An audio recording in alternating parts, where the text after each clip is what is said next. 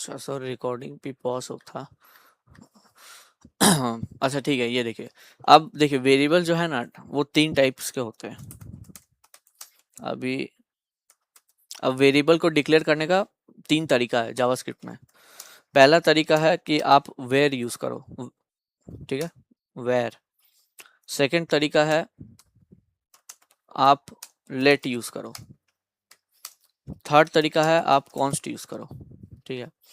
अभी देखिए वेर का क्या काम है। वेर जो था ना ये इनिशियली यही तरीका था हर एक वेरिएबल को डिफाइन या डिक्लेयर करने का जावास्क्रिप्ट में, ठीक है। वेर का काम क्या है, where are actually function scoped. हाँ, फंक्शन स्कोप्ड मतलब आप वेर से जो भी वेरिएबल बनाते हो, ठीक है, इस कीवर्ड से आप जो भी वेरिएबल बनाओगे वो उस फंक्शन के अंदर तक एक्सेसिबल रहता है। फंक्शन आपको पता है क्या होता है? अगर नहीं पता तो टेंशन मत लीजिए, वो भी हम लोग आगे की क्लास में देखेंगे, ठीक है, प्रोग्राम में फंक्शंस क्या होता है। तो अभी के लिए मान के चलिए दीज आर फंक्शन स्कोप्ड, ठीक है। और लेट एक्चुअली क्या होता है, लेट लेट होता है ब्लॉक्ड स्कोप्ड। ब्लॉक स्कोप मतलब हम लोग प्रोग्राम में बहुत सारे ब्लॉक्स बनाते हैं कर्ली ब्रेसेस के अंदर, जैसे कि ये ओपनिंग ब्रैकेट, ये क्लोजिंग ब्रैकेट, इसके अंदर हम लोग कुछ लाइंस ऑफ कोड्स लिखे होंगे, ठीक है। हाँ, तो ये इसका स्टार्टिंग रीजन है, ये एंडिंग रीजन है। तो इस रीजन के अंदर में ही सिर्फ एक्सेसिबल होगा लेट नाम का वेरिएबल्स, ठीक है। तो ये होता है ब्लॉक स्कोप लेट। और कॉन्स्ट क्या होता है, it is same as let, ठीक है, same as let but cannot be reassigned. ये देखो लिख ही दिया। इसका मतलब कॉन्स्ट क्या है, ये भी आपको ब्लॉक स्कोप ही रहता है कॉन्स्ट भी, ठीक है। लेकिन इसको अगर आप एक बार असाइन कर दिए ना इसमें कोई भी वैल्यू, तो आप चेंज नहीं कर सकते उसको। तो जो भी आप वेरिएबल को कॉन्स्ट डिक्लेयर कर दिए वो वेरिएबल एक टाइप का इम्यूटेबल बन जाता है, मतलब उसको अब आप दोबारा रीअसाइन नहीं कर सकते। अब इसको देखते हैं, ठीक है। यहाँ पे ये देखें, फॉर एग्जाम्पल मैंने लिखा let x is equal to x y z. इसको नीचे ले आते हैं, ठीक है। Let x is equal to x y z console log x, ठीक है। अभी अगर मैं इसको रन करूंगा तो आउटपुट तो पता ही है क्या आएगा, एक्स वाई जेड आएगा। इसको भी ना कमेंट कर देते हैं, कोई नीड नहीं इसका भी। एक बार और रन करते हैं, ये देखिए एक्स वाई जेड आया आउटपुट। अब अगर मान लो मैं यहाँ पे एक्स को चेंज कर देता हूँ, x is equal to a b c, ठीक है। अब अगर मैं लॉक करूँ इसको तो आउटपुट क्या आएगा, देखिए ए बी सी आएगा, मतलब ये ओवरराइड कर दिया इस वैल्यू को, ठीक है ना। हम लोग एक्स को ओवरराइड कर दिया ए बी सी से। हाँ, लेकिन वही अगर मैं कॉन्स्ट अगर कर देता ना इसको, तब देखिए क्या होगा। हाँ, ये देखिए एरर आ गया, ये देखिए type error assignment to constant variable बोल रहा है कि आप कुछ भी असाइनमेंट नहीं कर सकते कांस्टेंट वेरिएबल पे, एरर फेंक दिया आपको, ठीक है। हाँ, because it is a constant, constants are immutable, इसको आप चेंज नहीं कर सकते, ठीक है ना। तो ये आपको वही सब डेटा में यूज करना है जो आप चाहते हो कभी चेंज ना हो। फॉर एग्जाम्पल आप एक सीक्रेट की होगा, या फिर कोई डेटाबेस के साथ कनेक्शन स्ट्रिंग है, ठीक है, या फिर कोई आईपी एड्रेस है, ये सब चीज़ क्या है आप नहीं चाहते गलती से भी कोई प्रोग्राम चेंज कर दे। अगर आपका कनेक्शन स्ट्रिंग गलत हो गया, अगर मान लीजिए आप एक कनेक्शन स्ट्रिंग बनाए हैं डेटाबेस में कनेक्ट करने का एक पाथ, वो पाथ ही अगर गलत हो जाए तो आपका पूरा डेटाबेस का कनेक्टिविटी खत्म हो जाएगा प्रोग्राम के साथ, आपका बैकएंड पूरा डी अटैच हो जाएगा डेटाबेस से। तो ये सब चीज़ में हम लोग कॉन्स्ट यूज़ करते हैं, जहाँ पे हम लोग चाहते हैं कि गलती से भी कोई वैल्यू चेंज ना हो जाए, ठीक है। और जब हम लोग नॉर्मल कोई प्रोग्राम बना रहे हैं जहाँ पे हम लोग को पता है कि अभी डेटा चेंज भी करना पड़ेगा बाद में, वो सब जगह हम लोग लेट लेट या फिर वेयर यूज़ करेंगे, ठीक है। तो ये हो गया ऑल अबाउट वेरिएबल्स, ठीक है। अब वेरिएबल्स को लिखने का ना कुछ तरीका है, ठीक है। वेरिएबल्स डिक्लेयर करने का कुछ तरीका है, कुछ रूल्स है, ठीक है। रूल नंबर 1 है कि variable names must start with letter, underscore और डॉलर साइन, ठीक है। कोई भी वेरिएबल या तो एक लेटर से शुरू होना चाहिए, कैपिटल हो स्मॉल उससे फर्क नहीं पड़ता, एक लेटर होना चाहिए, या तो अंडरस्कोर होना चाहिए या डॉलर से शुरू होना चाहिए। ठीक है, आप ऐसा नहीं कर सकते कि आप कोई एक वेरिएबल बनाएं, फॉर एग्जांपल एक वेरिएबल आप बनाते हो जिसका नाम है 23, ये गलत है। ठीक है, आप कोई भी इंटीजर यूज नहीं कर सकते, आप मैथमेटिकल नंबर्स यूज नहीं कर सकते, या फिर अगर आप सोचे हो 23 एबीसी लिखूंगा तो ठीक रहेगा, नहीं, ये भी गलत है। Variable name should never start with a variable name should never start with anything that is not a letter, underscore और डॉलर। ठीक है, तो ये एक इंटीजर है, इसीलिए देखिए आपको पहले ही बता दे रहा है, एरर आएगा।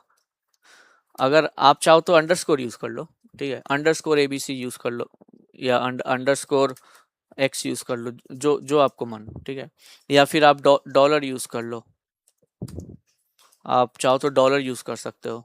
ठीक है, ये सब अलाउड है, लेकिन अंडरस्कोर अलाउड नहीं है, सॉरी अंडरस्कोर अलाउड है, डॉलर अलाउड है, लेकिन नंबर अलाउड नहीं है। ठीक है, तो ये पहली बात। अच्छा, अब next, variables are case sensitive. Case sensitive मतलब तो पता ही होगा आपको। हाँ, मतलब अगर आप मान लो नेम लिख रहे हो जॉन, ठीक है, और अगर आप एक और ये लिख दिए NAME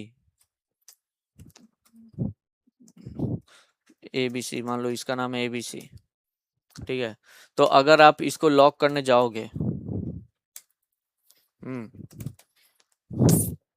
तो ये दो अलग अलग ट्रीट किया जाएगा।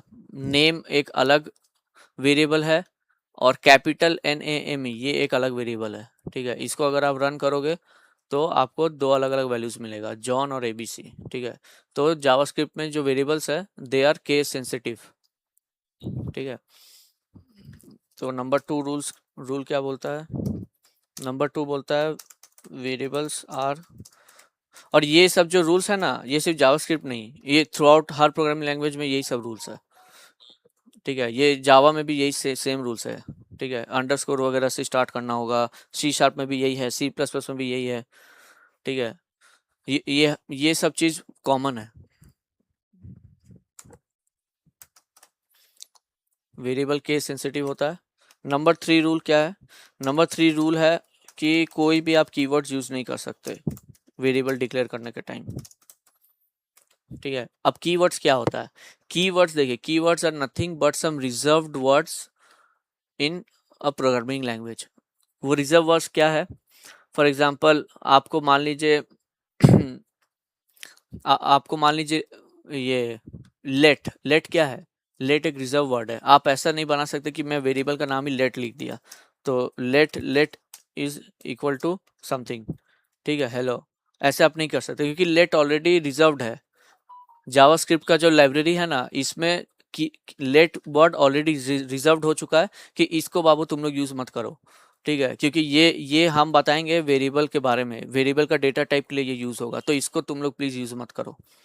ठीक है, उसके बाद अब अगर मान लो लूप वगैरह या मान लो ब्रेक स्टेटमेंट वगैरह होता है, ट्राई स्टेटमेंट, जैसे ट्राई क्लैच कैच ब्लॉक लिखना है, तो ये सब क्या कीवर्ड्स है। ट्राई एक कीवर्ड है, इसको प्लीज यूज मत करो, आप कोई भी वेरिएबल का नाम ट्राई नहीं लिख सकते। ठीक है, क्योंकि ये सब कीवर्ड्स है। आप फॉर लूप वगैरह, फॉर लूप आप किए होंगे, ठीक है, फॉर आप यूज नहीं कर सकते कि let for is equal to ABC, ऐसे नहीं लिख सकते आप, क्योंकि फॉर भी एक कीवर्ड है। ठीक है, तो काफ़ी सारे कीवर्ड्स होते हैं हर प्रोग्रामिंग लैंग्वेज में। ठीक है, तो वो सब कीवर्ड्स आप यूज़ नहीं कर सकते, क्योंकि वो प्रोग्राम खुद यूज़ करेगा कुछ ना कुछ काम करने के लिए, कभी कोई लूप बनाने के लिए, कोई फंक्शन बनाने के लिए, कभी ब्रेक स्टेटमेंट्स होता है। लूप वगैरह जब पढ़ेंगे तब हम लोग देखेंगे ब्रेक स्टेटमेंट्स वगैरह क्या होता है, गो टू स्टेटमेंट्स क्या होता है, ट्राई कैच क्या होता है, फाइनली क्या होता है, थ्रो क्या होता है। तो ऐसे काफ़ी सारे कीवर्ड्स है। ठीक है, एसिंक है, अवेट है, डिलीट है, इनम फॉल्स, ठीक है, ऐसे बहुत सारे कीवर्ड्स है। आप चाहे तो इंटरनेट पे आप सर्च भी कर लेना फ्री टाइम में कि what are the keywords in JavaScript, तो आपको एक लिस्ट मिल जाएगा। ठीक है, 20 25 30 वर्ड्स होगा टोटल कम से कम।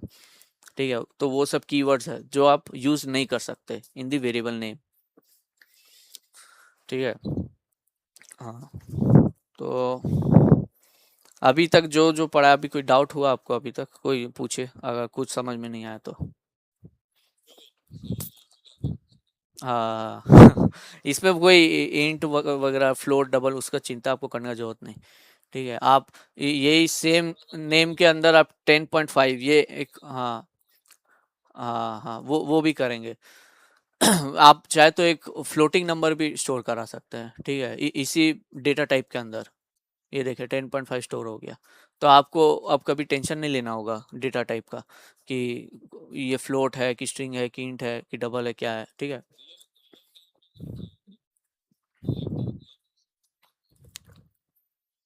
हाँ, लेट ही ज़्यादातर यूज़ होता है जावास्क्रिप्ट प्रोजेक्ट्स में। हाँ देखिए वो मतलब ना, हाँ आपका देखिए यूज़ केस पे डिपेंड करता है। जैसे कि मान लीजिए एक फंक्शन है। हाँ देखिए, आ- आपका एक फंक्शन होता है, ठीक है, एक फंक्शन का एक बॉडी होता है, ठीक है। अब ये जो फंक्शन है ना, इसके अंदर हो सकता है काफ़ी सारा ब्लॉक्स है, ऐसे छोटा छोटा ब्लॉक्स है इस फंक्शन के अंदर। तो अगर आप मान लीजिए कोई भी वेरिएबल को वैर जब डिक्लेयर करते हैं ना, तो अगर आप मान लीजिए वैर इसके अंदर भी अगर डिक्लेयर कर दिए ना, तो वो वैर आप इसके अंदर भी एक्सेस कर पाएंगे आप। जैसे कि अगर इसमें अगर डिक्लेयर कर दिए वैर ए इक्वल टू 10, ठीक है।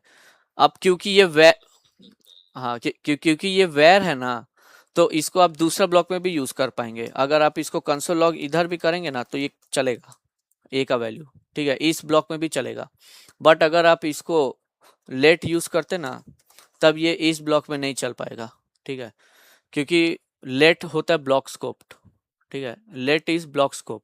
तो क्योंकि ये लेट इस ब्लॉक के अंदर ही है, तो आप इसको सेकंड ब्लॉक पे नहीं चला सकते, एक्सेस ही नहीं कर पाओगे इसको। लेकिन अगर मैं इसको वैर डिक्लेयर कर दिया होता, तो ये थ्रू आउट द फंक्शन, मतलब ये जो पूरा फंक्शन है, इस पूरे फंक्शन के अंदर कहीं भी मैं इस ए को एक्सेस कर पाता अगर ये वैर होता तो वो आपका यूज केस के ऊपर डिपेंड करता है, ठीक है, कि आपको पूरे फंक्शन के अंदर चाहिए इसका एक्सेसिबिलिटी, या फिर आपको सिर्फ एक ब्लॉक के अंदर चाहिए, ठीक है। तो depends on the use case, कुछ भी आप यूज कर सकते हो, ठीक है। जब प्रोग्राम्स वगैरह हम लोग लिखेंगे तो फिर देखेंगे कि कहाँ क्या इसका मतलब काम है, ठीक है। वो सब जब वेब डेवलपमेंट आपको थोड़ा बहुत दिखाएंगे हैंड्स ऑन, उसमें आपको बताएंगे ये सब, ठीक है।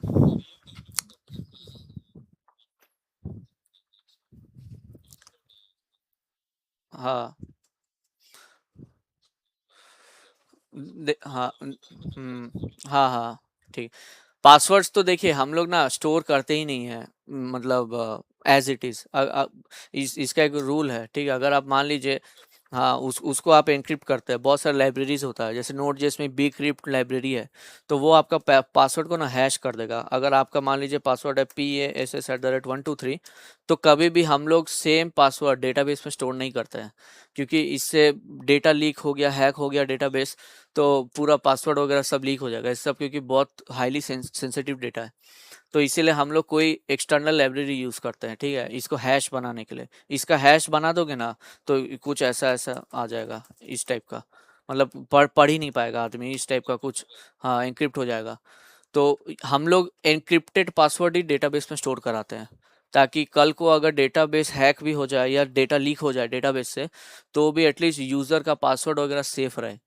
हाँ, अब डीक्रिप्ट, हाँ डीक्रिप्ट का भी वही सेम लाइब्रेरी, बी क्रिप्ट जो है ना, वो एनक्रिप्ट भी करेगा, डीक्रिप्ट भी करेगा। तो हम लोग जब मान लीजिए, वो आपको बताया था ना, मिडिलवेयर में ऑथेंटिकेट कैसे करता है वो ऑथेंटिकेशन ऐसे ही करता है। सबसे पहले वो देखता है पासवर्ड क्या है, ठीक है, उसके बाद उस पासवर्ड को, ठीक है, बी क्रिप्ट लाइब्रेरी के मदद से एनक्रिप्ट पहले करेगा। सॉरी, पहले आपका ये देखेगा यूजर आईडी क्या है, ठीक है। अब यूजर आईडी, नहीं यूजर आईडी इंक्रिप्ट करने का जरूरत नहीं है, ठीक है, वो हम लोग नॉर्मल GUID यूज करते हैं।